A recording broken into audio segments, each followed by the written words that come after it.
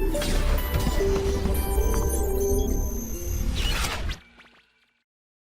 क्या हाल चाल है साथियों। बहुत ही अच्छे होंगे आप लोग। दोस्तों अब क्यों ना अब हम बात करते हैं थोड़ा सा और आगे चल के। अभी तक जो टॉपिक हम लोग देख रहे हैं वो कौन सा टॉपिक है, वो है अर्थसूत्री विभाजन। बात सही है। अब इस अर्थसूत्री विभाजन में हम लोगों ने जो बात की है वो ये कि आखिर अर्थसूत्री विभाजन जनन कोशिकाओं में होता है। बात क्लियर। ठीक है। अब हम एक चीज और जानते हैं कि अगर ये विभाजन जनन कोशिकाओं में होगा तो दोस्तों जनन कोशिकाओं में इस विभाजन के अंदर आखिर ऐसा क्या होता है जो इस विभाजन को बाकी और विभाजन से अच्छा बनाता है। दोस्तों वो एक चीज है, वो चीज है जीन विनिमय। मैंने जब आपको अर्थसूत्री विभाजन की शुरुआत करवाई थी तब मैंने आपसे एक बात बोली थी कि अर्थसूत्री विभाजन में जीन विनिमय की अभिक्रिया होती है। अब आखिर ये जीन विनिमय होता क्या है, मैं आपसे ही पूछ रहा हूं। आप लोगों को ये बात तो पता होगा कि दो प्रकार के जनन होते हैं, जिसमें एक जनन होता है लैंगिक और एक जनन होता है अलैंगिक। बात क्लियर। ठीक है। मुझे एक बात और, ज्यादा विभिन्नताएं किसमें मिलती है, लैंगिक जनन में या अलैंगिक जनन में? एक जीवाणु के द्वारा दूसरा जीवाणु बनता है, क्या वो ज्यादा अलग होता है, या एक इंसान के द्वारा जो दूसरा इंसान होता है क्या वो अलग बनता है? आप लोग यही बोलेंगे कि सर एक इंसान से जो दूसरा इंसान बन रहा है ना सर वो सच में अलग है। और दोस्तों वो अलग क्यों है? वो अलग इसलिए है क्योंकि आप लोगों में या हम सब में हमारी जनन कोशिकाओं में एक प्रकार का विभाजन उस कोशिका को बिल्कुल ही अलग बनाता है, और जिस विभाजन का नाम है अर्धसूत्री विभाजन। अर्धसूत्री विभाजन में जनन कोशिकाओं में गुणसूत्रों की संख्या मात्र कोशिका से आधी रह जाती है। ये बात तो हमने पढ़ी है। मगर मैं आपको एक बात और बोल रहा हूं कि अर्धसूत्री विभाजन में क्या के द्वारा हम लोगों के जो गुणसूत्र होते हैं ना वो बिल्कुल वैसे नहीं रहते जैसे हमारी मम्मी और हमारे पापा कहते हैं। वो विभिन्नता लेके आते हैं। और विभिन्नता क्यों होती है दोस्तों? वो सारी चीज नियत है हमारे अर्धसूत्री विभाजन प्रथम की प्रोफेज प्रथम में। तो प्रोफेज प्रथम को बहुत अच्छे से देखना है कि आखिर ये प्रोफेज प्रथम क्या होता है। बात क्लियर। अब प्रोफेज प्रथम में हमने दो प्रावस्थाएं पढ़ ली, एक थी लैप्टोटीन, एक है जाइगोटीन। मतलब प्रोफेज प्रथम अर्धसूत्री प्रथम में लैप्टोटीन और जाइगोटीन में आपने एक चीज पढ़ ली है कि वहां पे अभी तक क्या हुआ है। ठीक है। मगर दोस्तों असली चीज जो यहाँ पर हो रही है ना, जो असली बात अब यहाँ पर होगी वो क्या होगी, वो है जीन विनिमय। तो आज का जो आपका बेसिक पॉइंट है ना, जिस चीज को आपको अपने दिमाग में रखना है वो है जीन विनिमय। मगर उस जीन विनिमय को पढ़ने से पहले हम कुछ चीजों के बारे में अच्छे से समझेंगे, और वो चीज क्या है वो देखते हैं। देखिए दोस्तों, मैं ना आपको दो प्रकार से गुणसूत्र बना सकता हूं। या तो मैं आपको गुणसूत्र ऐसा बोलूंगा, या मैं आपसे गुणसूत्र बोलूंगा कि गुणसूत्र कुछ इस प्रकार से है। बात सही है। अब आप मेरे से कहते हो सर इसका तो हमको पता है कि ये वाला गुणसूत्र है, ये एस प्रावस्था में नहीं गया, एस प्रावस्था में जाने के बाद गुणसूत्र ऐसा हो जाता है। बिल्कुल सही है। किसी को यहां तक कि मेरी बात में कोई भी डाउट है तो बता सकते हैं। कंफर्म। दोस्तों होता क्या है कि गुणसूत्र में आपको पता है कि जो गुणसूत्र है वो किससे बने होंगे, डीएनए से। अब गुणसूत्र में क्या होता है, यहाँ पे डीएनए उपस्थित होता है। और मैंने आपको शुरू में ही एक बात बताई थी कि डीएनए के अंदर एक सबसे इंपॉर्टेंट चीज होती है, वो क्या, कि डीएनए अपनी प्रतिकृति कर लेता है। क्योंकि जब एक कोशिका से गुणसूत्र को दो कोशिकाओं में डालना है तो कॉपी तो करवानी पड़ेगी। इसका मतलब अगर मेरे पास एक कॉपी है और मुझे दो अलग अलग इंसानों को देना है तो मैं उस कॉपी की जब तक कॉपी नहीं करवाऊंगा तब तक मैं दो इंसानों को नहीं दे सकता। भाई मेरे पास मान लो एक मेरी कॉपी है और तुमने कहा सर मुझे भी चाहिए, एक बच्चा कह रहा है मुझे भी चाहिए। मैंने कहा यार कॉपी तो एक के दोनों को कैसे दूं? तो जो सबसे अच्छा तरीका है उस कॉपी की फोटोस्टेट करवा दूंगा। और अगर मैं उस कॉपी की फोटोस्टेट करवा दूंगा तो एक कॉपी दो अलग अलग इंसानों को अब आसानी से मिल जाएगी। तुम्हें भी दिक्कत नहीं, मुझे भी दिक्कत नहीं। यही यहाँ पर है। अगर मैं आपसे यहाँ पर इस गुणसूत्र की बात कर रहा हूँ तो इसके अंदर डीएनए है, मगर डीएनए जब अपनी प्रतिकृति करेगा तो दोस्तों डीएनए अब कुछ इस प्रकार से आता है।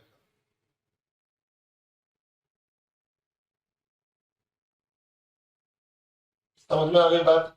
यानी कि डीएनए अपनी प्रतिकृति करता है, और डीएनए प्रतिकृति करेगा तो गुणसूत्र की एक भुजा बढ़ जाएगी। बात क्लियर है दोस्तों? इस भुजा को ना, इसको हम क्रोमेटिड या भुजा बोलते हैं। क्या बोलते हैं इसको?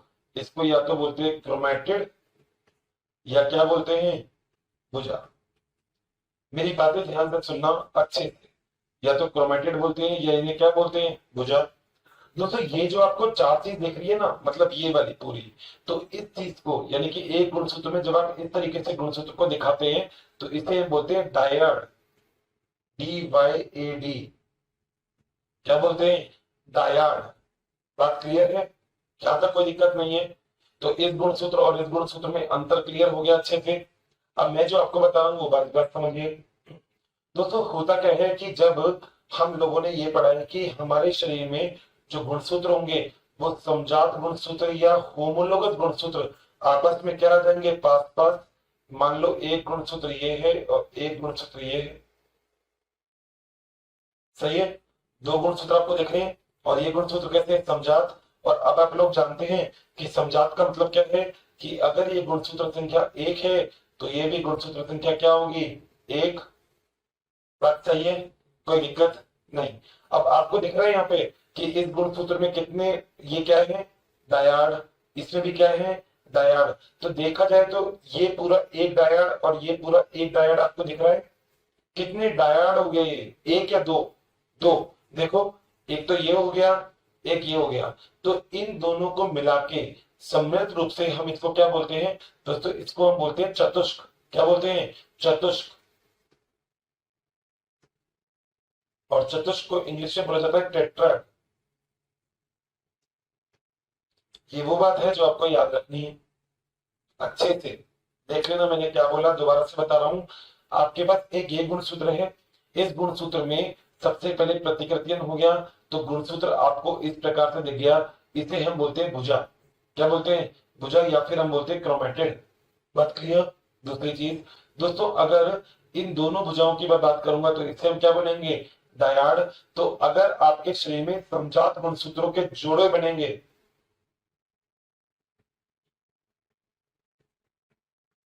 समजात का मतलब होता है होमोलोगस।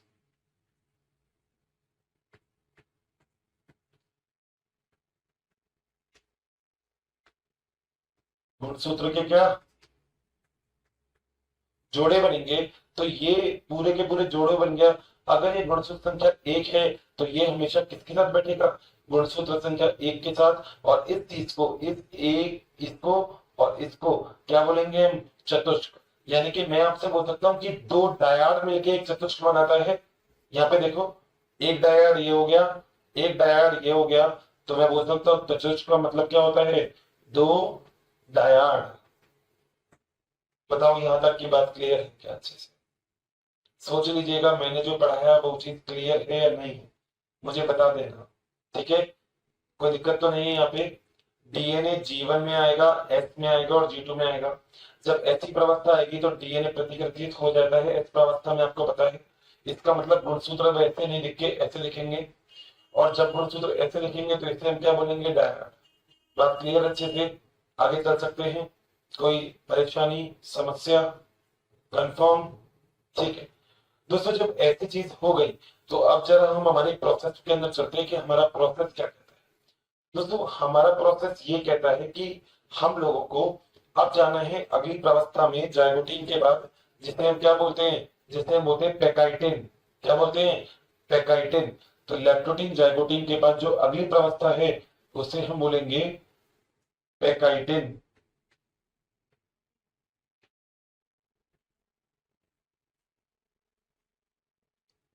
दोस्तों सबसे इंपॉर्टेंट प्रावस्था है ये, प्लीज उसमें मेंशन कर लेना आप अपनी नोटबुक में कि पैकाइटिन सबसे महत्वपूर्ण प्रावस्था है।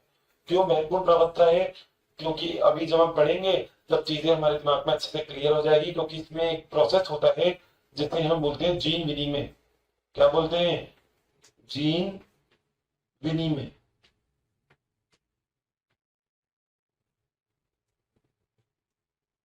इस वजह से इंपॉर्टेंट है, ठीक है। अब पैकाइटिन जो होता है इस अवस्था में क्या काम होता है, जरा उस काम को देख लेते हैं। तो पैकाइटिन अवस्था में होता कुछ ऐसा है कि जो आपके पास एक पूरी कोशिका उपस्थित थी, ये, और इस कोशिका में उपस्थित था क्या, केंद्रक। मैं से बना देता हूं, ठीक है। और सेंट्रियोल यानी कि तारक का उपस्थित थे ये। ये 3 बात तो अच्छे से क्लियर है सबको, ठीक है। अब दोस्तों यहाँ पे होगा क्या कि पैकाइटिक अवस्था में जो समजात गुणसूत्र होंगे वो आपस में और पास पास पास पास आएंगे। इनकी समजात गुणसूत्र और पास पास आएंगे, कौन सी अवस्था में? पैकाइटिन अवस्था में। तो दोस्तों यहाँ पे जो सबसे इंपॉर्टेंट होता है वो क्या, मैंने आपको कल एक टर्म लिखवाई थी बायोवेलेंट के, जैसे बोलते युगली। तो यहाँ पे युगली का संघनन होगा। तो जो पहला काम होगा यहाँ पे वो क्या होगा दोस्तों, वो होगा युगली का संघनन, पहली चीज। तो युगली का संघनन का मतलब जो दो बायोवेलेंट थे ना, यानी कि जो दो गुणसूत्र थे, ये गुणसूत्र और ये गुणसूत्र अब आपस में पास पास आएंगे। यानी कि अगर देखा जाए तो इस अवस्था में ऐसे और ऐसे ये दो गुणसूत्र अब आपस में पास पास आते हैं। मगर अब होता क्या है कि अगर हम कुछ बुक्स को देखें तो कुछ बुक्स में तो ये डायग्राम कुछ ऐसे दिखा रखा है, मगर यहाँ पर क्या होता है, जो ये होते हैं ना, ये आपस में ऐसे गुणसूत्र चिढ़ जाते हैं। चिढ़ने का मतलब है ये संरचना कुछ इस प्रकार से अब आपको दिखने लग जाती है, कुछ इस प्रकार से ऐसी दिखती है अब आपको संरचना। और जो ये संरचना अब आपको ऐसी दिखेगी, इस संरचना का मतलब है कि जो युगली है, जो बाइवेलेंट है, वो आपस में बीच में से क्या हो गए हैं, चिढ़ गए हैं। और चिढ़ने के बाद जो गुणसूत्र होते हैं वो आपस में एक दूसरे पर अध्यारोपित हो जाते हैं। अध्यारोपित का मतलब गुणसूत्रों का एक दूसरे के ऊपर आ जाना। दोस्तों पता है बुक्स अलग अलग बात कहती है। बुक्स कहती हैं कि जो जीन विनिमय की अभिक्रिया होती है वो जीन विनिमय की अभिक्रिया पैकाइटिन में होती है। कुछ बोलती है कि जीन विनिमय की अभिक्रिया जो होती है ये जाइगोटिन में ही हो जाती है। मगर देखो सच में अगर बताऊं ना मैं आपको तो होता क्या है, अगर मान लो आपके शरीर में एक गुणसूत्र संख्या 1 है ये, और ये भी गुणसूत्र संख्या 1 है, तो ये दोनों गुणसूत्र अब आपस में एक दूसरे के ऊपर आएंगे और इस प्रकार से आकृति बनाएंगे जिसे हम बोलते हैं एक्स। क्या बोलते हैं? एक्स। दिख रहा है आपको एक्स? अब ये वाली जो प्रवस्था है ये प्रवस्था आती है जाइगोटीन में, यानी कि समजात गुणसूत्र के दो जोड़े आपस में ऐसे ऐसे करके पास पास आते हैं और किसका निर्माण करते हैं? एक्स का। मगर जाइगोटीन के अंदर ये दोनों गुणसूत्र आपस में जुड़े नहीं होते, ये दूर दूर होते। मगर अगर आप बाहर से इसे देखोगे तो किस प्रकार की आकृति बनाएंगे? इस प्रकार की। बात क्लियर है? अब पैकाइटिन में क्या होगा, ये जो दोनों गुणसूत्र होंगे ये आपस में एक दूसरे से ऐसे ऐसे ऐसे ऐसे ऐसे जुड़ जाते हैं। जुड़ गए, देखो अब फर्क है। भाई जाइगोटीन में गुणसूत्र ऐसे थे, अभी भी एक्स दिख रहा है मगर दूर दूर थे। पैकाइटिन अवस्था में गुणसूत्र ऐसे पास पास रहेंगे, मगर देखो अभी भी एक्स दिख रहा है मगर ये पास पास आ जाते हैं। तो यहाँ पर क्या होता है, यहाँ पे जो समजात गुणसूत्र होते हैं वो एक दूसरे के ऊपर अध्यारोपित हो जाते हैं। बात क्लियर अच्छे से? कोई दिक्कत है? नहीं। जब समजात गुणसूत्र एक दूसरे के ऊपर इस प्रकार से अध्यारोपित हो जाते हैं तो यहाँ पर एक सबसे इंपॉर्टेंट चीज होती है, वो क्या दोस्तों, यहाँ पे ना आनुवंशिक पदार्थ का आदान प्रदान होता है। सबसे इंपॉर्टेंट है ये वाला पॉइंट याद रखना, यहाँ पे आनुवंशिक पदार्थ का आदान प्रदान होता है। दोस्तों आनुवंशिक पदार्थ का आदान प्रदान का मतलब क्या है, मान लीजिए एक गुणसूत्र 1 नंबर का ये रहा और एक गुणसूत्र 1 नंबर का ये रहा। ये दोनों गुणसूत्र सबसे पहले कुछ इस प्रकार से आते हैं, ये होती है जाइगोटीन। देखो जुड़े नहीं है ना अभी, ठीक है। अगली प्रवस्था में क्या होगा, पैकाइटिन। पैकाइटिन में दोनों गुणसूत्र आपस में इस प्रकार से अध्यारोपित हो जाएंगे, हो गए, ठीक है। दोस्तों अब एक बहुत ही महत्वपूर्ण एंजाइम होता है जो यहाँ पे कार्य करता है, जिस एंजाइम का नाम होता है न्यूक्लियस, और उसे अगर सही में बोले तो दोस्तों एंजाइम का नाम है एंडोन्यूक्लियस।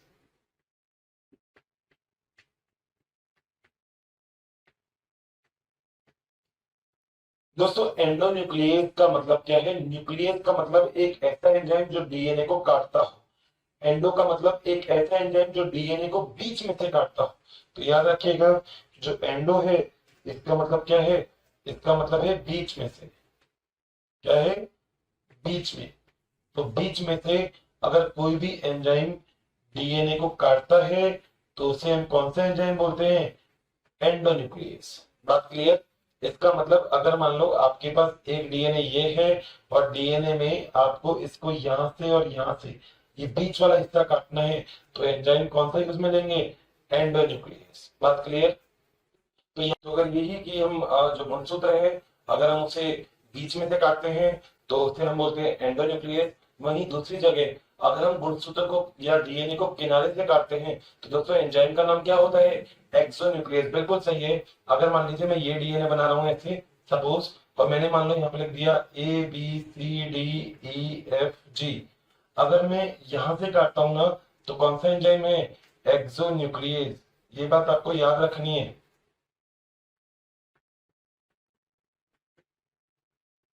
तो डीएनए को बीच में से काटेंगे तो एंडोन्यूक्लियस, और डीएनए को किनारे से काटेंगे तो कौन सा एंजाइम? एक्सोन्यूक्लियस। अब दोस्तों यहाँ पे देखो होता क्या है कि जो दो गुणसूत्र होते हैं वो दो गुणसूत्र जाइगोटिक अवस्था में तो एक दूसरे के ऐसे पास आ जाते हैं, एक्स बनता है। पैकाइटिन अवस्था में एक दूसरे के ऊपर आ जाते हैं। थैंक यू स्टूडेंट, हमें इतना प्यार देने के लिए। डेली काफ़ी संख्या में स्टूडेंट हमारी वीडियोस को देख रहे हैं और उसका लाभ उठा रहे हैं। बच्चों, आप सभी से मेरी ये रिक्वेस्ट है कि प्लीज़ नीचे दिए गए डिस्क्रिप्शन में दिए गए लिंक को प्रेस करिए और अपना एनरोलमेंट कराइए। बच्चों, इसके साथ ही जिन बच्चों को यहाँ पर डाउट सेशन की भी ज़रूरत है, साथ ही मटेरियल्स की भी ज़रूरत है, वो सभी हमारे प्रीमियम कोर्सेज को भी रजिस्ट्रेशन करवा सकते हैं इस प्रकार से। और आने के बाद अपना अनुवांशिक पदार्थ एक दूसरे को दे देते हैं। अब देंगे कैसे? एक बात मानना मेरी कि अगर मैं आपको ये बता रहा हूँ, ये ठीक है, अगर ये और ये दो गुणसूत्र आपस में एक दूसरे के कहाँ रहे? पास पास आ गए। अब मान लीजिए इस गुणसूत्र में से ये वाला भाग यहाँ पे जाना है और ये वाला भाग यहाँ पे जाना है, तो दोस्तों एक एंजाइम तो जरूरी होगा जिसका नाम होगा न्यूक्लियस। तो न्यूक्लियस एंजाइम क्या करेगा? एक भाग को यहाँ से काट देगा, एक भाग को यहाँ से काट देगा, और ये एंजाइम इस तरीके से इसको दो अलग अलग जगहों पे जोड़ देगा। अब आपको फर्क दिख रहा है कुछ? यही फर्क होता है जिसे हम बोलते हैं जीन विनिमय। तो जीन विनिमय में एंडोन्यूक्लियस एंजाइम जो डीएनए होता है या गुणसूत्र होता है उसका कुछ भाग काट देता है और वो दूसरे गुणसूत्र की तरफ, और एक का जो कुछ भाग होता है वो काट के दूसरे गुणसूत्र की तरफ स्थानांतरित कर देता है। तो दोस्तों इस प्रावस्था में एक चीज की और आवश्यकता होती है जिसे हम क्या बोलते हैं? जिसे हम बोलते हैं एंडोन्यूक्लियस एंजाइम।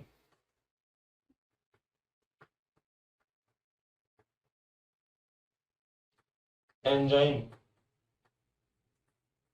तो ये एंजाइम क्या करेगा? खंडों को काट देगा, और काटने के बाद जो डीएनए है, ये डीएनए मतलब अब एक दूसरे के ऊपर क्या हो जाएंगे? स्थानांतरित। बात क्लियर है? तो गुणसूत्रों का स्थानांतरण हो गया, मतलब उनकी भुजा में कुछ भाग का, जो मैंने अभी आपको यहाँ पे ऐसे ऐसे करके वैसे बताया था।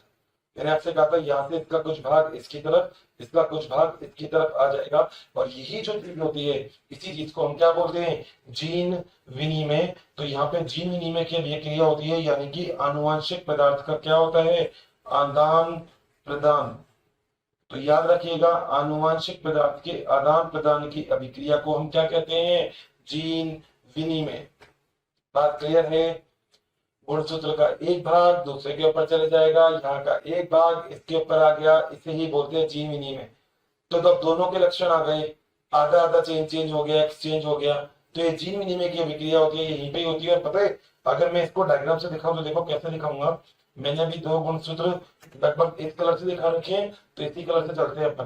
देखो क्या होगा, यहाँ पे जो गुणसूत्र है वो मान लो ये मैंने ऐसे बना रखा है, ठीक है, ये हो गया। एक गुणसूत्र और बना देता हूं, ये हो गया। इस गुणसूत्र में अब जो दूसरा गुणसूत्र है ना, ये देखो कुछ इस प्रकार से जुड़ेगा, ध्यान से देखना, जुड़ गया। देखो ये दो गुणसूत्र आपस में एक जगह पे जुड़े हुए हैं, और सेम इसमें भी बता देता हूं मैं।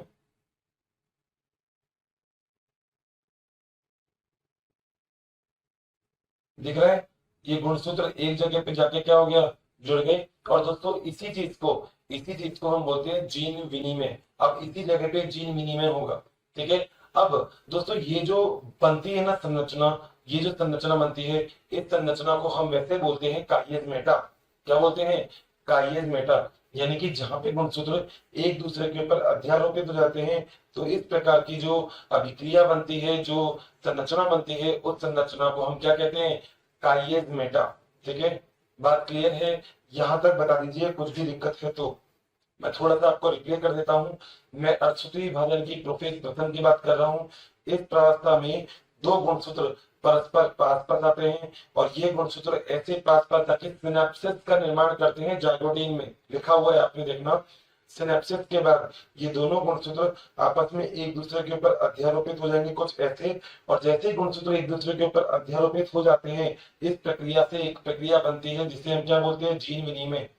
गुणसूत्रों का क्या होता है, आदान प्रदान, यहाँ से भाग इसकी तरफ, इसका भाग इसकी तरफ। अब गुणसूत्र का आदान प्रदान होगा तो यहाँ से काटना भी पड़ेगा। दोस्तों काटने और जोड़ने के लिए जो एंजाइम होता है वो होता है एंडोन्यूक्लियेज। एक लाइगेज एंजाइम और होता है जो जोड़ने का काम करता है, लाइगेज, LIGASE, लाइगेज। तो यहाँ पे काटने का काम कौन करेगा, एंडोन्यूक्लियस। तो ये यहाँ से काटेगा, ये यहाँ से कटेगा, ये यहाँ जुड़ जाएगा, ये यहाँ जुड़ जाएगा। तो ये कुछ इस प्रकार से अभिक्रिया हो जाएगी। फर्क देख रहे हैं आप, अलग हो गया ना कुछ। यही तो है जो विभिन्नता आ रही है, यही तो है जो जीन विनिमय है, जो अगली पीढ़ी में विभिन्नता को लेके आएगा। तो यही चीज है जो हम कहाँ पढ़ते हैं, पैकाइटिन अवस्था में। कहाँ पे पढ़ते हैं, पैकाइटिन अवस्था में। यहां तक कोई दिक्कत है तो बता सकते हैं, कंफर्म। दोस्तों पैकाइटिन अवस्था को हम एक और नाम देते हैं, इसे हम बोलते हैं स्थूल सूत्रावस्था। तो ये नाम याद रखना। वैसे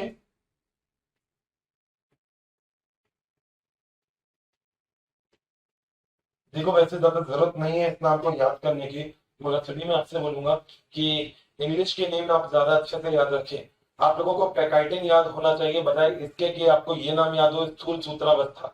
इसको कोई नहीं पूछता, आपको हर जगह पे पैकाइटिन लिखा हुआ दिखाई देगा। ठीक है, तो यहां तक की बात में कोई भी समस्या है तो बताओ, अच्छे से ये चीज क्लियर है। डायड क्या होता है, दो ये डायड और ये डायड मिलकर क्या बन जाएंगे, चतुष्क यानी कि टेट्राड। बात क्लियर। हमेशा समजात गुणसूत्र के जोड़े बनते हैं, एक एक के साथ, दो दो के साथ, तीन तीन के साथ। यहाँ तक की बात क्लियर अच्छे से। अब आगे चलते हैं। दोस्तों मैं बोल रहा हूँ ना पैकाइटिन इंपॉर्टेंट है, तो देखो इंपॉर्टेंट क्यों है, हर एक चीज इंपॉर्टेंट है इसमें। अब जरा एक चीज और समझो दोस्तों, जब मैं आपको गुणसूत्र ऐसे बनाता हूँ, जैसे मैंने जिससे बनाए थे ना पहले, उसी से बना रहा हूँ। मैंने आपको गुणसूत्र ऐसे बना दिए थे, ठीक है, और एक मैंने आपको ऐसे बनाया था, सही है। दोस्तों ये क्या है बीच में, सेंट्रोमियर। बात क्लियर है, ये पढ़ा हुआ है हमने गुणसूत्र में, क्या है ये, सेंट्रोमियर।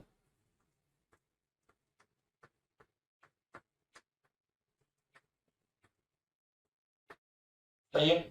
अब एक बात और बता रहा हूं जो ध्यान में रखने वाली है, ठीक है दोस्तों।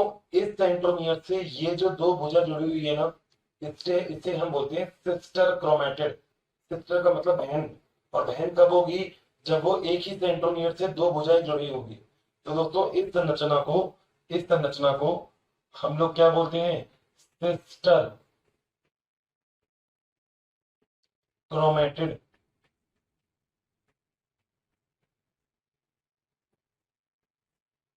बात सही है। मगर अगर मैं इसकी और इसकी बात करूंगा तो क्या ये दोनों बहनें हैं क्या आपस में, नहीं ना, क्योंकि इसका सेंट्रोमियर अलग है और इसका सेंट्रोमियर क्या है, अलग। तो दोस्तों इसे हम बोलते हैं नॉन सिस्टर क्रोमेटिड। इन दोनों को दिखा देता हूं, इन दोनों को, इनको हम क्या बोलते हैं, नॉन सिस्टर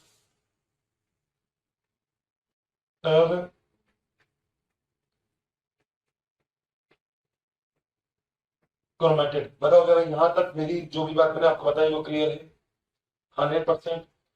दोस्तों बताइए, ये सिस्टर और नॉन सिस्टर क्रोमेटिड में आपको एक चीज याद रखनी है जो मैं अब आपसे बोल रहा हूं। अगर मैं आपसे यहाँ पे बोलूं तो मैं आपसे क्या एक चीज बोल सकता हूं क्या, ध्यान से सुनना। जीन विनिमय की प्रावस्था, जीन विनिमय की प्रावस्था या अभिक्रिया दो नॉन सिस्टर क्रोमेटिड के मध्य होती है। बात क्लियर है क्या, जीन विनिमय की अवस्था दो नॉन सिस्टर क्रोमेटिड के मध्य हो रही है। बात सही है। तो ये वाली बात भी मैं आपको यहां पर लिख सकता हूं कि जो जीन विनिमय है, विनिमय जिसे हम इंग्लिश में क्या बोलते हैं, हम बोलते हैं क्रॉसिंग ओवर। क्रॉसिंग ओवर यह दो नॉन सिस्टर क्रोमेटिड के मध्य होती है। और ये वाली चीज बहुत ही जरूरी है। जैसे आपने बाकी सब चीजें याद रखी है, आपको ये भी याद रखना है कि यहाँ पर जो नॉन सिस्टर क्रोमेटिड के मध्य कौन सी चीज होगी, कौन सी, जीन विनिमय। सब कुछ अलग है, सब कुछ ऐसा है जो अपने आप को अलग बनाता है। आपको यहाँ पे अच्छे से पढ़ना है डायड, आपको अच्छे से पढ़ना है चतुष्क क्या होते हैं, आपको अच्छे से पढ़ना है सिस्टर क्रोमेटिड क्या है, आपको पता होना चाहिए नॉन सिस्टर क्रोमेटिड क्या है, आपको पता होना चाहिए यहाँ पे एंडोन्यूक्लियस एंजाइम का क्या रोल होता है। और दोस्तों ये वो प्रावस्था है जिसे हम क्या बोलते हैं, पैकाइटिन। क्या होता है ये, पैकाइटिन। दोस्तों इस चीज को यानी कि जो जीन विनिमय जो अभी हम पढ़ रहे हैं, इसको खोज करने का श्रेय मॉर्गन को जाता है। एक वैज्ञानिक थे जिनका नाम क्या था, मॉर्गन। क्या नाम थे, मॉर्गन। और दोस्तों इन मॉर्गन ने इसे ड्रोसोफिला मेलिनोगास्टर में ढूंढा था।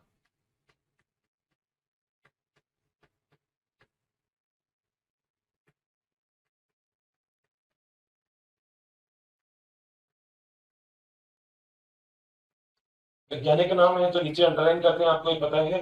ड्रोसोफिला मेलिनोगास्टर में सबसे पहले जीन विनिमय को ढूंढा गया था और वैज्ञानिक का नाम क्या था, मॉर्गन। तो मॉर्गन ने सबसे पहले जीन विनिमय को ड्रोसोफिला मेलिनोगास्टर में ढूंढा और ये जीन विनिमय।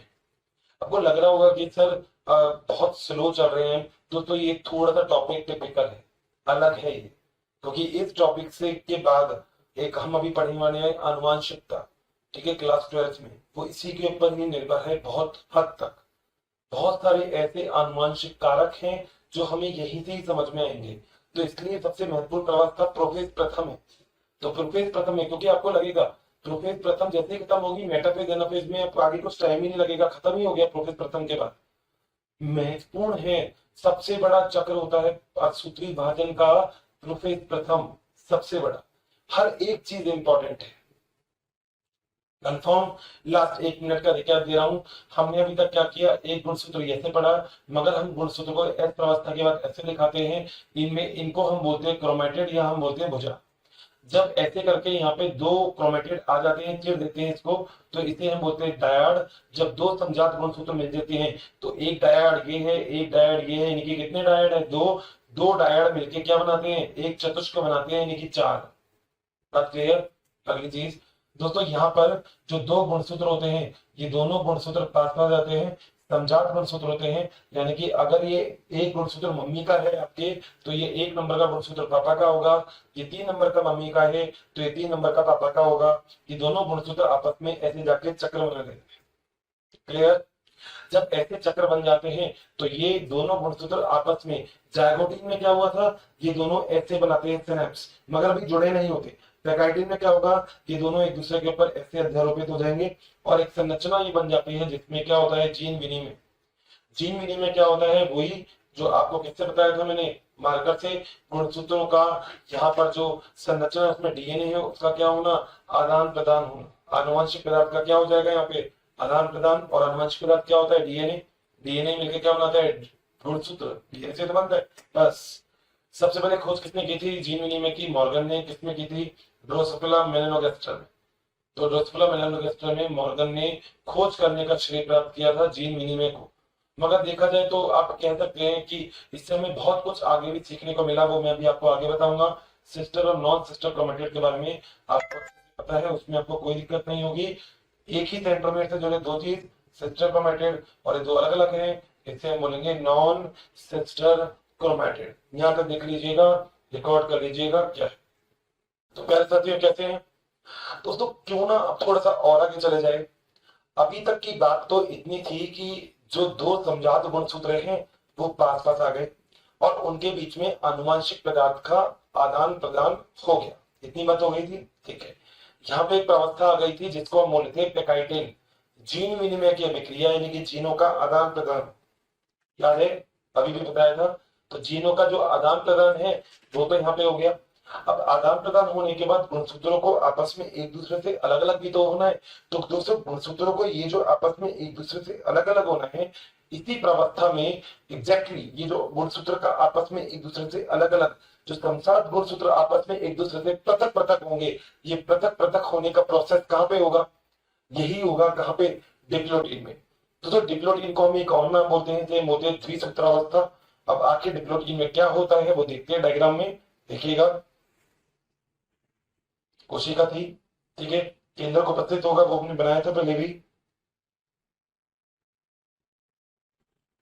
ठीक है, सेंट्रियोल पोल की तरफ ये रहा और ये रहा, ध्रुवों की ओर, ठीक। ये जो गुणसूत्र है ना जो मैंने आपको बनाए थे,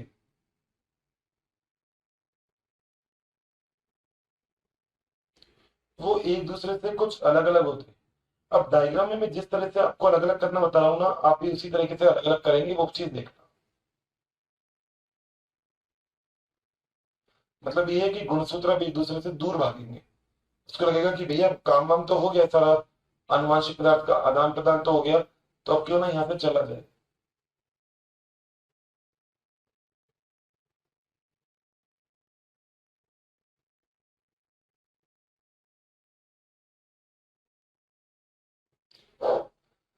हमने इसको डार्क कर ही दिया था उस टाइम भी, थोड़ा समझ में अच्छा आ जाएगा ये। सही है, ऐसे कर, ठीक है। बीच में क्या थे? सेंट्रोमियर, ठीक, बहुत ही सही, इसको भी डार्क कर दो।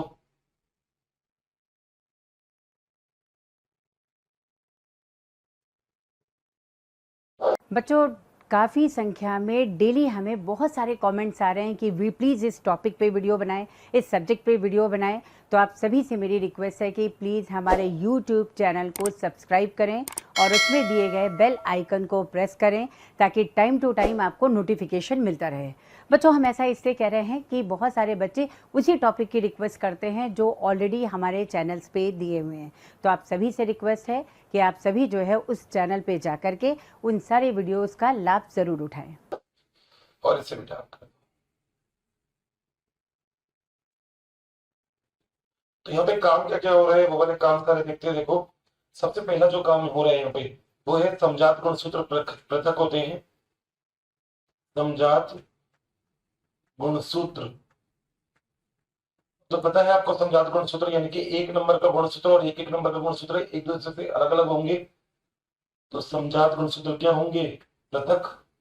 तो दूसरी बात, जो पृथक होना होता है ना वो होता है सेंट्रोमियर से किनारे की ओर। बताता हूं ये,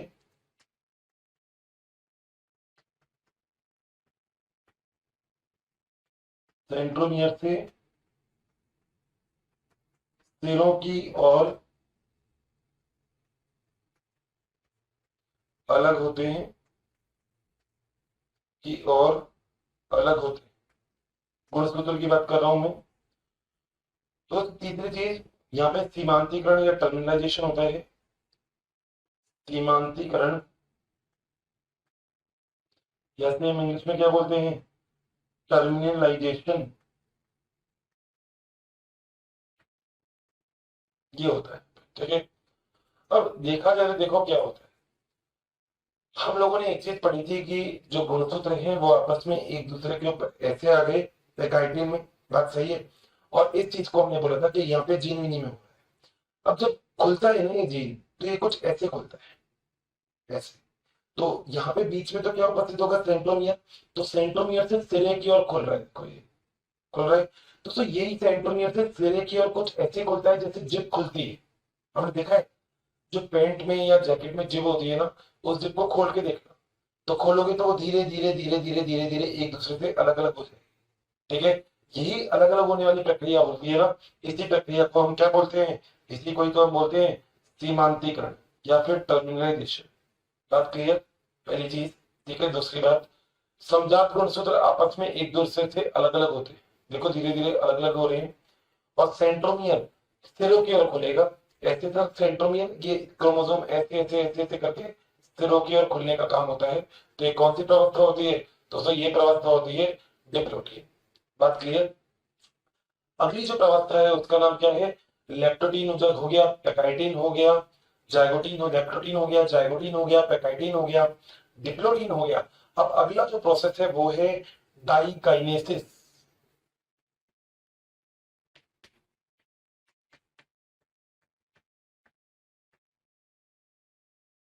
दोस्तों हिंदी में इसे बोलते हैं पारगतिकरण, ये डाइकाइनेसिस है, पारगतिकरण कहते हैं। ठीक है, अब डाइकाइनेसिस में क्या काम होता है पहले देखते हैं। दोस्तों केंद्रक झिल्ली और केंद्रिक बिल्कुल ही विलुप्त हो जाते हैं यहाँ पे। इसका मतलब है, यहाँ पे तो मैं थोड़ा सा आपको ड्रॉ कर सकता हूँ इसको ऐसे, मगर यहाँ पे विलुप्त हो जाएंगे। देखो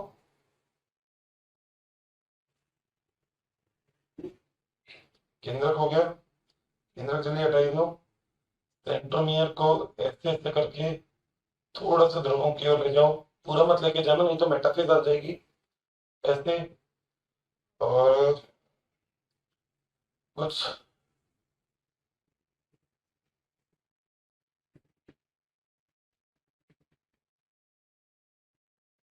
फाइबर हो गए, जो गुणसूत्र है बहुत ज्यादा ध्यान से देखना, देखो कैसे होते हैं, ध्यान रखना है।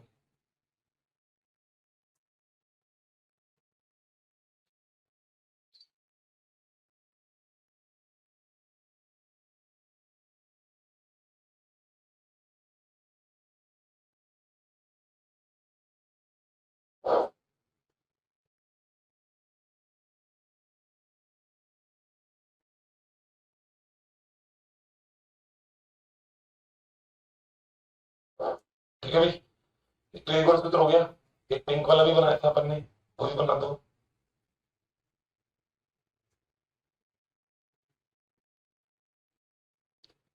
डायग्राम पे ध्यान देना बस, अभी थोड़ी देर के लिए। ठीक है,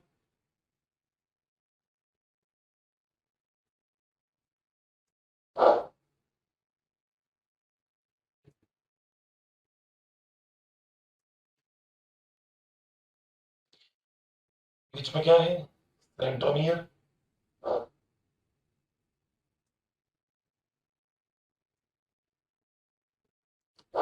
ठीक है भाई, अब होता क्या है, जब मैंने आपको बताया था, याद है आपको, मैंने मार्कर से बताया था कि आदान प्रदान हो जाता है आनुवंशिक पदार्थ का।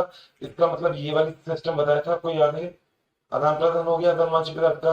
दोस्तों इसी आदान प्रदान को अगर मैं आपके सामने यहाँ पर दिखा रहा हूँ तो देखो ये आदान प्रदान बताना कुछ ऐसा दिखेगा या नहीं।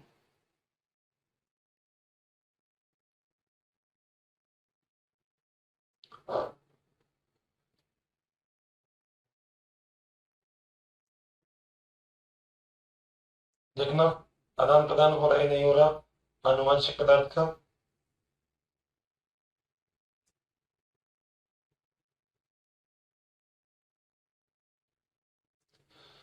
ये जो आदान प्रदान हुआ है ना आनुवंशिक पदार्थ का, इसका मतलब देखो पिंक वाले के पास थोड़ा सा ये कलर आ गया, इसके पास थोड़ा सा पिंक कलर आ गया। ये जो आदान प्रदान हो रहा है, इसी आदान प्रदान को तो हम क्या बोलते हैं, जीन विनिमय। यानी कि जीन विनिमय देखा जाए तो पूरी तरह से क्या हो गया, कंप्लीट। अब हुआ क्या यहाँ पे, पहली बात तो जो केंद्र झिल्ली है वो क्या हो गई है, विलुप्त, और केंद्रिका भी विलुप्त हो गई है।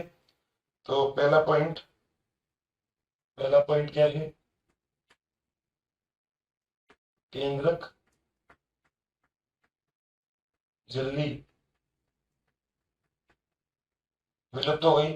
दोस्तों केंद्रक झिल्ली जैसे विलुप्त हुई, तो यहाँ पे अगर आप ध्यान से देखोगे तो जो काइनेज मेटा है, जहाँ पे दो गुणसूत्र आपस में जुड़े हुए थे, इस संरचना को जो अपने काइनेज मेटा बोला था वो भी विलुप्त हो गया है। तो दूसरी चीज यहाँ पे काइनेज मेटा भी क्या हो गया है, विलुप्त। दूसरी चीज, पहला दूसरा हो गया। तो जो तीसरी चीज, यहाँ पे गुणसूत्र छोटे एवं मोटे हो जाते हैं। तो तीसरी बात क्या, गुणसूत्र छोटे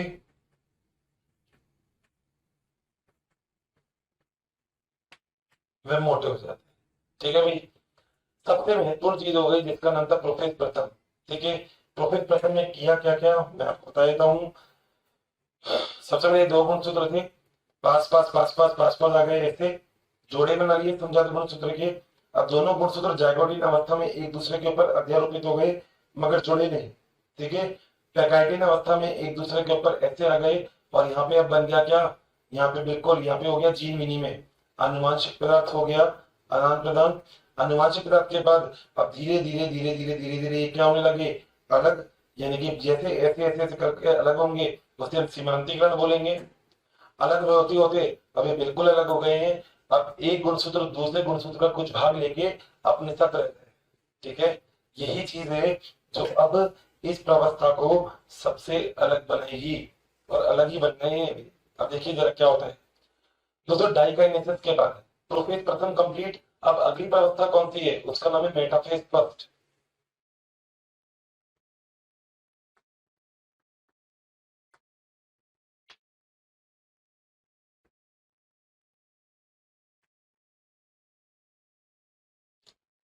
दोस्तों मेटाफेज का मतलब क्या होता है, जो तारकाएं होते हैं सेंट्रियोल वो बिल्कुल ध्रुवों की ओर पहुंच जाएंगे आमने सामने, और सारे गुणसूत्र मध्य पट्टिका पर आके क्या हो जाएंगे, व्यवस्थित। तो सबसे पहले तो क्यों ना यही काम करवा दिया जाए। आप लोगों ने ऐसा एक डायग्राम बनाया था ये, और इसके बाद ये बना दिए। अब जैसा आपने वहां किया था ना as it is same to same, देखो कोई दिक्कत नहीं आएगी।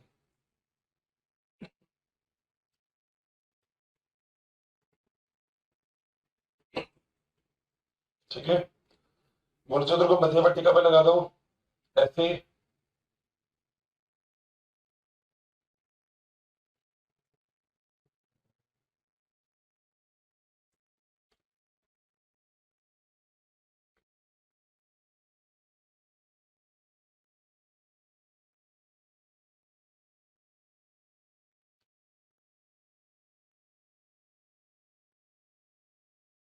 ठीक है ना भाई, इसको थोड़ा सा दूर कर देता हूँ मैं, एक दूसरे के ऊपर नहीं आएगा ये।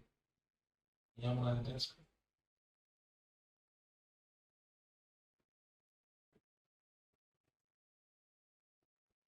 सारा खेल ही डायग्राम का है बस, और कुछ नहीं।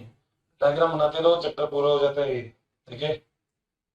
और अब कोई सा भी क्वेश्चन करके देखना है इसमें से, लगभग मैं विश्वास करता हूँ आपने अगर ढंग से समझा है तो सारे क्वेश्चन आपके पूरे हो जाएंगे।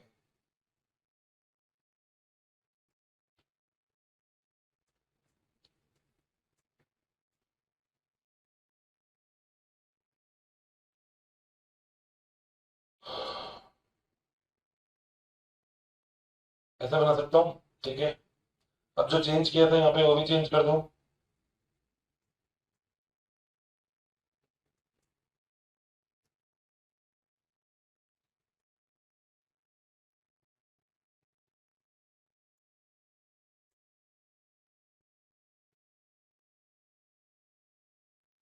ठीक है भाई, तो मेटाफेज में एक काम हो गया क्या, कि गुणसूत्र मध्य पट्टिका पर आकर क्या हो गए, व्यवस्थित। तो पहला इंपॉर्टेंट काम यहाँ पे लिख रहा हूं मैं, गुणसूत्र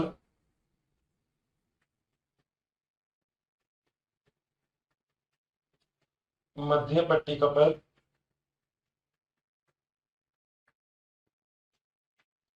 व्यवस्थित, ठीक है। आप लोगों को यहाँ पे दिख रहा होगा कि मैंने जितने भी गुणसूत्र हैं तो मैंने मध्य पट्टिका पर क्या कर दिए, व्यवस्थित कर दिए, ठीक है। यहाँ तक किसी को कोई डाउट है, कंफर्म। तो तीन प्रकार के यहाँ पे, अब आगे से बात करते हैं तो तीन प्रकार के फाइबर आ जाते हैं यहाँ पे। कौन कौन से, एक तो थे गुणसूत्र तंतु या गुणसूत्र फाइबर, एक होते हैं यहाँ पे इंटरजोनल फाइबर,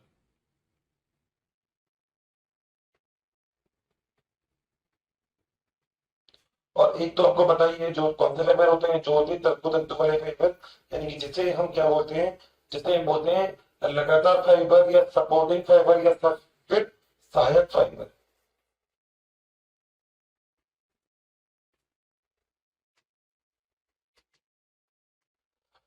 तो ये एक अवस्था होती है पूरी तरह से केंद्र झिल्ली यहाँ पे विलुप्त हो जाती है, सारे गुणसूत्र मध्य पट्टिका पर आकर व्यवस्थित हो जाते हैं, इसलिए हम इस अवस्था को क्या बोलते हैं, मेटाफेज।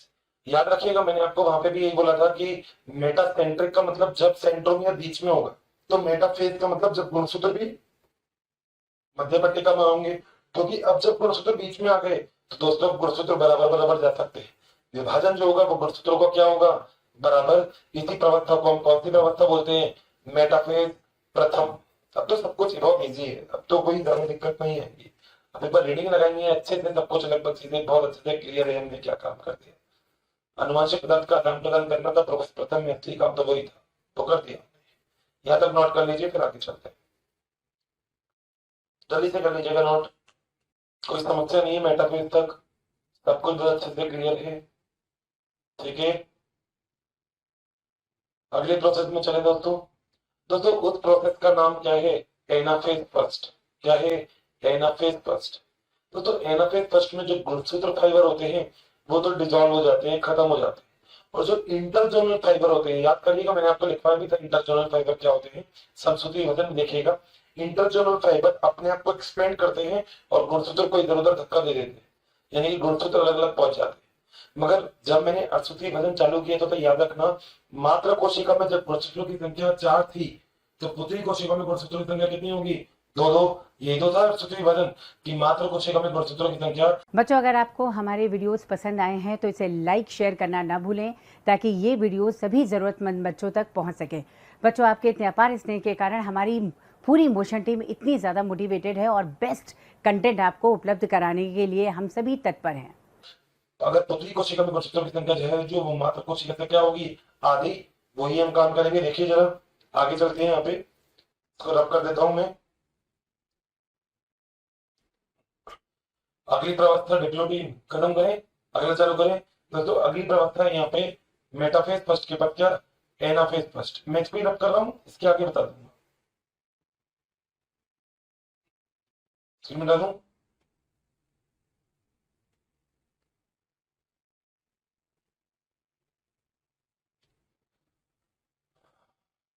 ठीक है भाई, तो अब जो प्रवस्था हमारे, इसको मिटा ही देते हैं। अब जो प्रवस्था हमारे पास आई उसका नाम क्या है, एनाफेज फर्स्ट।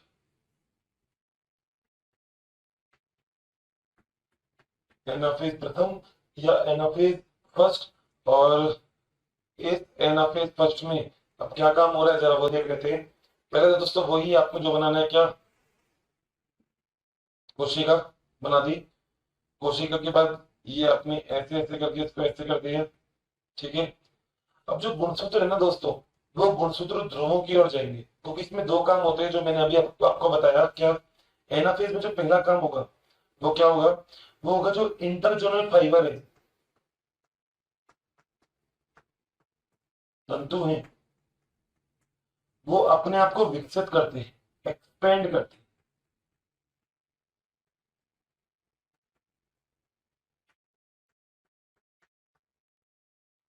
और जो गुणसूत्र फाइबर है, क्रोमोसोमल फाइबर है,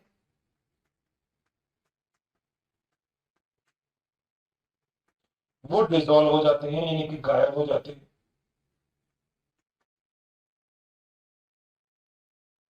गायब करते हैं। देखो होता क्या है यहाँ पे, जो आपने यहाँ पे तर्को तंतु का इस तरीके से निर्माण किया था ऐसे, तो जो गुणसूत्र होंगे ना, वो गुणसूत्र क्या करेंगे, ध्रुवों की ओर जाने लग जाएंगे। यही जो प्रवस्था थी एनाफेज। मगर यहाँ पे गुणसूत्रों में सेंट्रोमियर का विभाजन नहीं होता। एक सबसे इंपॉर्टेंट पॉइंट है जो मैं अलग से लिख रहा हूं, इंपॉर्टेंट, सेंट्रोमियर का विभाजन नहीं होता।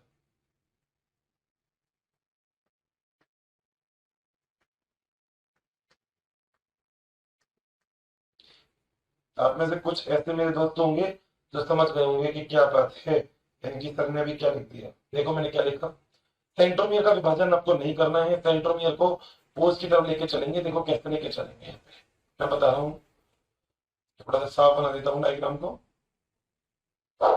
देखो, ठीक है,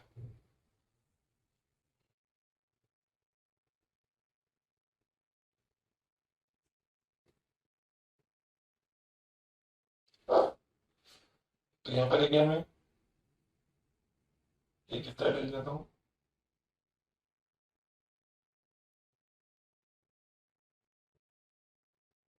ठीक,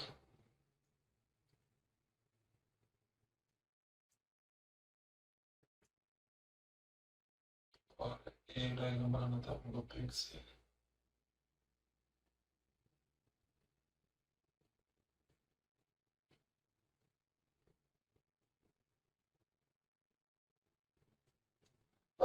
ठीक है।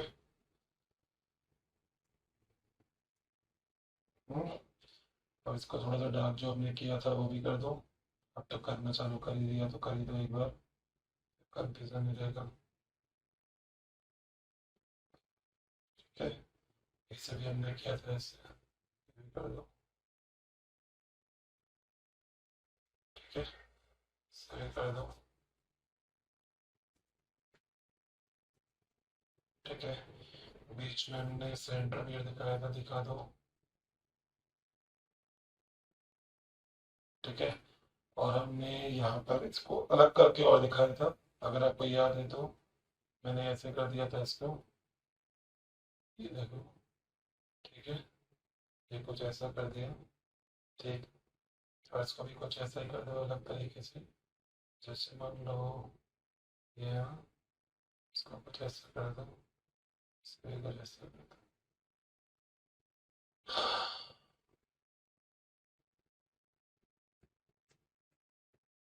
दोस्तों असली काम देख रहे हैं आप क्या हो रहा है। एनाफेज प्रथम में जो गुणसूत्र है वो अलग अलग ध्रुवों की ओर जा रहे हैं। यहाँ पे जो काम है वो यही हो रहा है। मैं आप कहें तो यहाँ पे लिख सकता हूँ गुणसूत्र ध्रुवों की ओर गति करते हैं।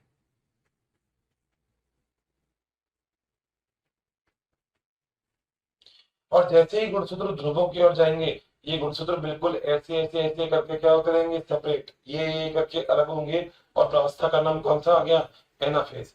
यहाँ पे अगर देखा जाए ना तो एक बहुत बढ़िया चीज हो रही है, यहाँ पे सेंट्रोमियर का विभाजन नहीं हो रहा, यानी कि यहाँ से सेंट्रोमियर नहीं टूट रहा। तो आपको पता लग जाएगा क्यों। ठीक है, देखिएगा। इसके बाद एनाफेज के बाद जो दोस्तों अगली प्रावस्था आती है, फर्स्ट के बाद वो क्या आती है, टीलोफेज प्रथम। तो उसके बाद हम अगली प्रावस्था की बात करेंगे। इसके बाद आ गया ये, और इसके बाद आ गया टीलोफेज प्रथम।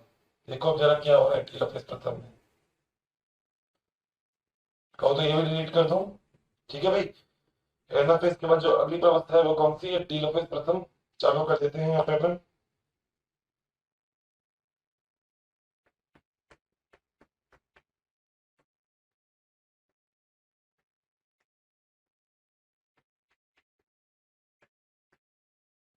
दोस्तों टीलोफेज प्रथम में बिल्कुल उल्टा होगा किसका, बिल्कुल एज इट इज उल्टा होगा जो आपने प्रोफेज में किया था।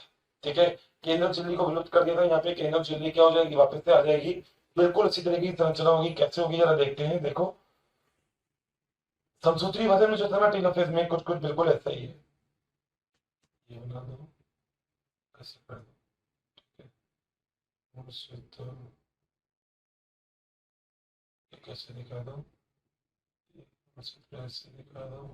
ठीक है, और एक सूत्र ऐसे दिखा दो, एक सूत्र ऐसे दिखा दो। ठीक है, सेंट्रोमियर दिखा दो बीच में। बहुत ही अच्छे, डार्क कर दो, कर दिया।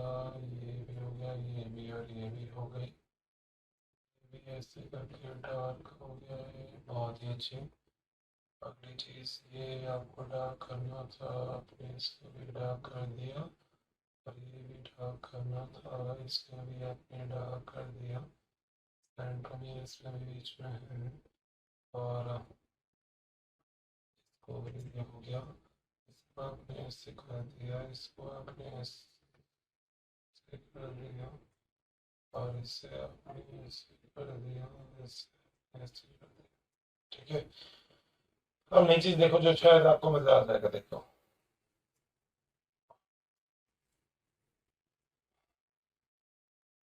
टीलोफेज, केंद्र झिल्ली वो है, वो वापस से आ गई, यानी कि गुणसूत्रों के चारों ओर केंद्र द्रव्य और केंद्र झिल्ली आ चुकी है टीलोफेज फर्स्ट के अंदर। लिख रहा हूं मैं, गुणसूत्र के चारों ओर केंद्र झिल्ली व केंद्र द्रव्य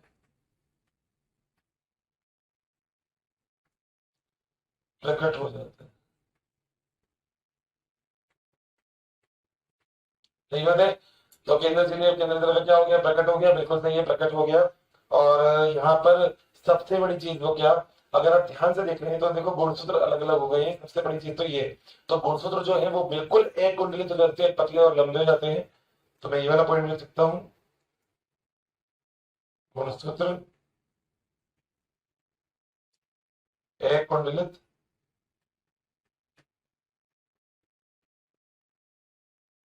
पतली व लंबे। ठीक है, ये जो प्रवस्था है दोस्तों, ये कौन सी प्रवस्था है, टेलोफेज प्रथम। कौन सी प्रवस्था है, टेलोफेज प्रथम। ठीक है, आपने क्या काम किया था, आप प्रोफेज के अंदर गुणसूत्रों को लेके आए थे, समजात गुणसूत्रों के जोड़े बन के सारा काम आपने अभी तक पूरा कर लिया। ठीक है, अब दोस्तों टेलोफेज प्रथम के बाद जो अगली प्रवस्था आएगी, उस प्रवस्था का नाम क्या है, कोशिका द्रव्य विभाजन प्रथम, साइटोकाइनेसिस फर्स्ट। यहाँ पे आएगी अगली प्रवस्था, कोशिका द्रव्य विभाजन प्रथम। यानी कि कोशिका द्रव्य का क्या होगा, विभाजन। और कोशिका द्रव्य का विभाजन वही होता है, देखो पादप के अंदर जो कोशिका द्रव्य का विभाजन होता है वो कई बार ऐसा होता है कि अड़सूती पतन के बाद देखने को नहीं मिलता है, मगर जंतुओं के अंदर वही खांचन के विक्रिया के द्वारा अड़सूती पतन के बाद विभाजन देखने को जरूर मिलता है। तो एक पॉइंट तो ये भी आ गया कि जंतु में देखने को मिलेगा, जंतु में अर्धसूत्री प्रथम के बाद आता है, मगर पादपों में यह अधिकांशतः अनुपस्थित होता है, अनुपस्थित। ठीक है, होगा क्या, एक कोशिका से कितनी कोशिका बन जाएगी, दो। देखो, एक कोशिका ये रही, एक कोशिका ये रही, कोशिका के अंदर क्या उपस्थित है, केंद्रक। ठीक है, ये केंद्रक, ये केंद्रक, सारा क्या बना दो, ये रहा और ये रहा। ठीक है, गुणसूत्र बना दो, ऐसे हो गए,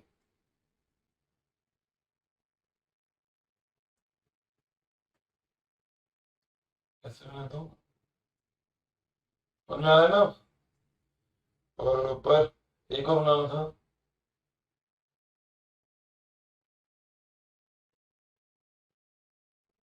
ये बना दो,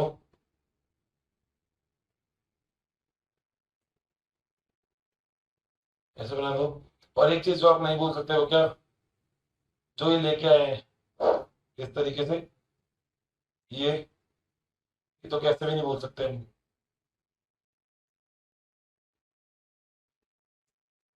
ठीक है, इस प्रकार के विभाजन को हम क्या बोलते हैं, कोशिका द्रव्य विभाजन। अब जरा ध्यान दीजिएगा क्या हुआ है। पहले जो कोशिका बनाई थी उसके अंदर गुणसूत्रों की संख्या कितनी थी, देखिए, जो सबसे शुरू में बनाई थी, इंटरफेस के बाद जो आई थी कोशिका में गुणसूत्र कितने थे वहां पे, चार। चार थे ना, अब कितने, दो, क्योंकि गुणसूत्रों की संख्या किससे काउंट करते हैं हम, सेंट्रोमियर की संख्या से। सेंट्रोमियर देखो कितने हैं, तो ये कौन सी कोशिका है, संतति या पुत्री कोशिका। गुणसूत्रों की संख्या इसमें भी दो और इसमें भी दो। मात्र कोशिका में गुणसूत्रों की संख्या कितनी थी, चार। और पुत्री कोशिका में गुणसूत्रों की संख्या कितनी हो गई, दो और दो। ये कौन सा विभाजन होता है दोस्तों, यही तो विभाजन है जिससे हम क्या बोलते हैं, अर्धसूत्री विभाजन। जब मात्र कोशिका में गुणसूत्रों की संख्या पुत्री कोशिका में गुणसूत्रों की संख्या की से ज्यादा होती है, मतलब पुत्री कोशिका में अगर गुणसूत्रों की संख्या दो है तो मात्र में ज्यादा होगी, चार होगी। तभी तो हम बोलते हैं वह विभाजन जिसमें बनने वाले संतति कोशिकाओं में गुणसूत्रों की संख्या मात्र कोशिका के गुणसूत्रों की संख्या के आधी होती है, उसी विभाजन को अर्धसूत्री विभाजन कहते हैं। दोस्तों ये रहा अर्धसूत्री विभाजन। ठीक है दोस्तों, अर्धसूत्री विभाजन प्रथम तो हो चुका है, अब है अर्धसूत्री विभाजन द्वितीय। अब अर्धसूत्री विभाजन द्वितीय कुछ इसी प्रकार से होगा जिस प्रकार से आपने समसूत्री विभाजन किया है। अब आपको क्या करना है, जरा ध्यान से देखना। अब इसी को आपको यहाँ से अलग अलग करना है, कर दोगे और अलग अलग जगह पे भेज दो, ये काम अब आपके लिए है। ठीक है, मगर एक बात याद रखना, कोशिका द्रव्य विभाजन जो फर्स्ट हुआ है, इसके बाद एक प्रवस्था आती है जिसे हम बोलते हैं इंटरकाइनेसिस। क्या आती है, इंटरकाइनेसिस। ये चीज आपको याद रखनी है। इसके बाद ये जो कोशिका है ये कहा जाएगी, इंटरकाइनेसिस।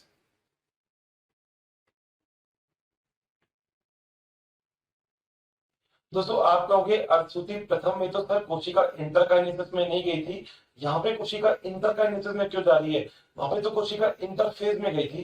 दोस्तों इंटरफेज में 3 प्रवक्ता थी, G1, H और G2, मगर यहाँ पर G1 और G2 तो होगी, S प्रवस्था नहीं होगी, S प्रवस्था अनुपस्थित होती है। क्यों? गुणसूत्र तो देखो पहले से ही पूरा है, अब आप इसको कितनी और लगाओगे इसमें आर्म? भाई गुणसूत्र अगर ये होता ऐसा तो आप इसको नो डाउट ऐसा कर देते, मगर गुणसूत्र तो पहले से ही ऐसा है, तो अब आप इसको और कैसे बनाओगे? तो इसके अंदर कौन सी प्रवस्था नहीं आएगी? एस प्रवस्था। तो एस प्रवस्था अब आगे नहीं आएगी, ठीक है? तो इसी चीज में याद रखिएगा, इंटरकाइनेसिस और इंटरकाइनेसिस में एस प्रवस्था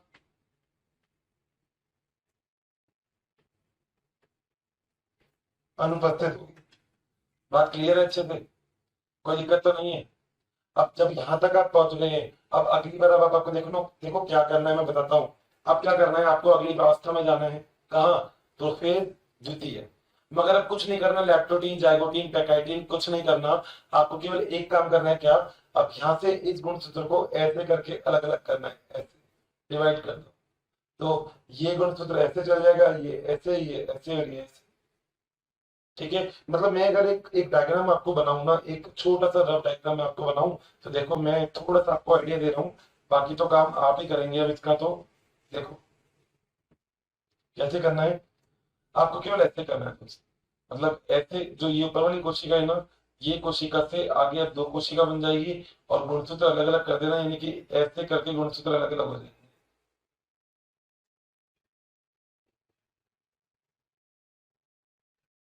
इसके अंदर भी गुणसूत्रों की संख्या कितनी थी? 2। बस आपको यहाँ से केवल इसको विभक्त करना है, क्योंकि आपके पास ये चीज तो आई हुई थी, ये चीज तो आपके पास आई हुई है ना, ये आया हुआ था, मगर इसमें तो 4 हो जाए, तो ऐसे विभक्त कर दो ना, तो एक एक में चली जाएगी, एक एक में चली जाएगी, तो ये किसमें आ जाएगी? ये एक कोशिका बन जाएगी, और ये कितनी कोशिका बन जाएगी? एक। उससे कितनी कोशिका बन गई? ऊपर वाली से 2, नीचे वाली से कितनी बन जाएगी? 2। 2 और 2 मिलकर कितनी बन जाएगी? 4। आपका काम है, आइए आप करके दिखाएंगे मुझे, क्योंकि अर्धसूत्री विभाजन जो प्रथम है, उस प्रथम के बाद जो अर्धसूत्री विभाजन द्वितीय होगा, वो बिल्कुल समसूत्री के समान होगा। तो मैं ये वाली चीज आप कहें तो यहाँ पे लिख सकता हूं, अर्धसूत्री विभाजन प्रथम के बाद, अर्धसूत्री विभाजन प्रथम के पश्चात द्वितीय समसूत्री विभाजन के समान होता है।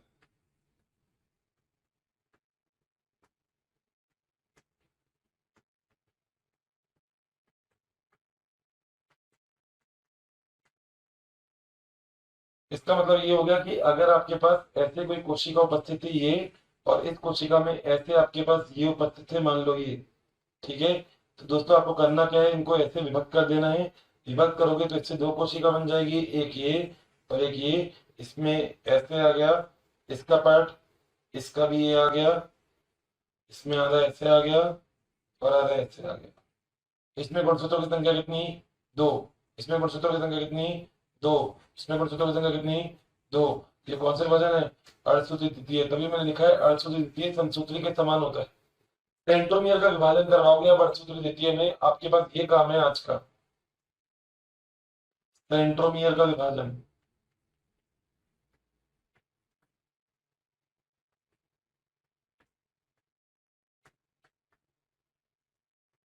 ये करवाना है आपको ओवरऑल। इतना करवा दोगे तो बस काम हो गया आपका। क्या काम किया? बहुत ही बड़ा टॉपिक हुआ है आज अपना, तो अपन ने किया क्या वो देखना ध्यान से। थोड़ी देर के लिए कॉपी और पेन को साइड में रखो और मेरी बात सुनो।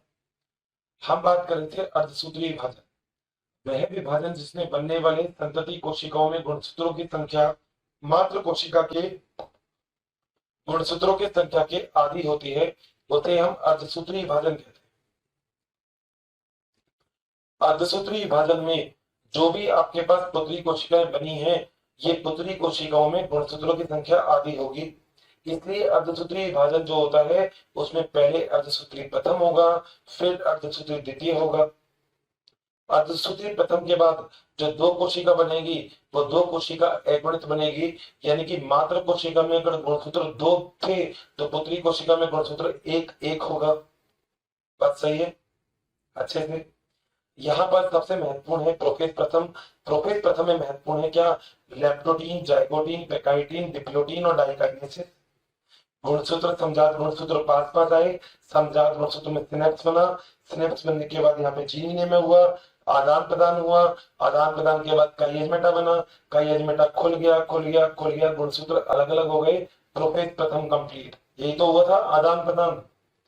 आदान प्रदान के बाद जो अगली चीज है वो क्या? मेटाफेज, मध्य पट्टिका में गुणसूत्राकार व्यवस्थित हो गए थे। फिर एनाफेज, सेंट्रोमियर का विभाजन नहीं करना आपको, केवल गुणसूत्र पर अलग लगे गए थे। फिर था टीलोफेज, केंद्रक झिल्ली का निर्माण हो गया था।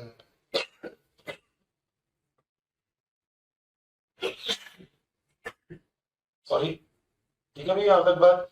उसके बाद जब ऐसी व्यवस्था आ गई तो आपको कोशिका को भी विभाजन करना है, कि कोशिका द्रव्य का विभाजन करना है, जिससे आप बोलते हैं साइटोकाइनेसिस, विभाजन कर दो, ये हो गया। मात्र कोशिका में गुणसूत्र कितने थे? 4। पुत्री कोशिका में अर्धसूत्री प्रथम के बाद गुणसूत्र कितने हो गए? 2। यही तो काम कर रहे थे।